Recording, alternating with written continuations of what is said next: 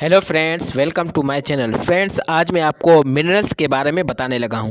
दोस्तों, मिनरल्स को building blocks भी कहा जाता है, रॉक्स का। ये प्रेजेंट होते हैं। बताया जाता है कि यहाँ पर ज़मीन के ऊपर तकरीबन 4000 जो है वो मिनरल्स को आइडेंटिफाई किया गया है।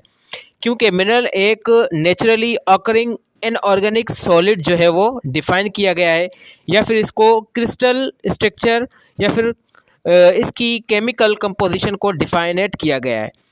हम बात करने लगे हैं डेफिनेशन ऑफ मिनरल की। तो इसमें से तकरीबन जो है जियोलॉजिस्ट का कहना है कि इनको 5 रिक्वायरमेंट में तकसीम किया गया है मिनरल को। मिनरल्स या तो नेचुरली ऑकरिंग होते हैं, मिनरल्स या तो सॉलिड होते हैं, मिनरल्स या तो इनऑर्गेनिक होते हैं, मिनरल्स जिसको फिक्स्ड केमिकल फार्मूला होता है जो कि ऑलरेडी या ऑर्डरली क्रिस्टलाइन स्ट्रक्चर के बने होते हैं। तो टोटल अगर बात करें ज़मीन के ऊपर 8 ऐसे एलिमेंट है जो कि मिनरल्स बनाते हैं, जैसे oxygen, silicon, aluminium, iron, calcium, sodium, potassium and magnesium.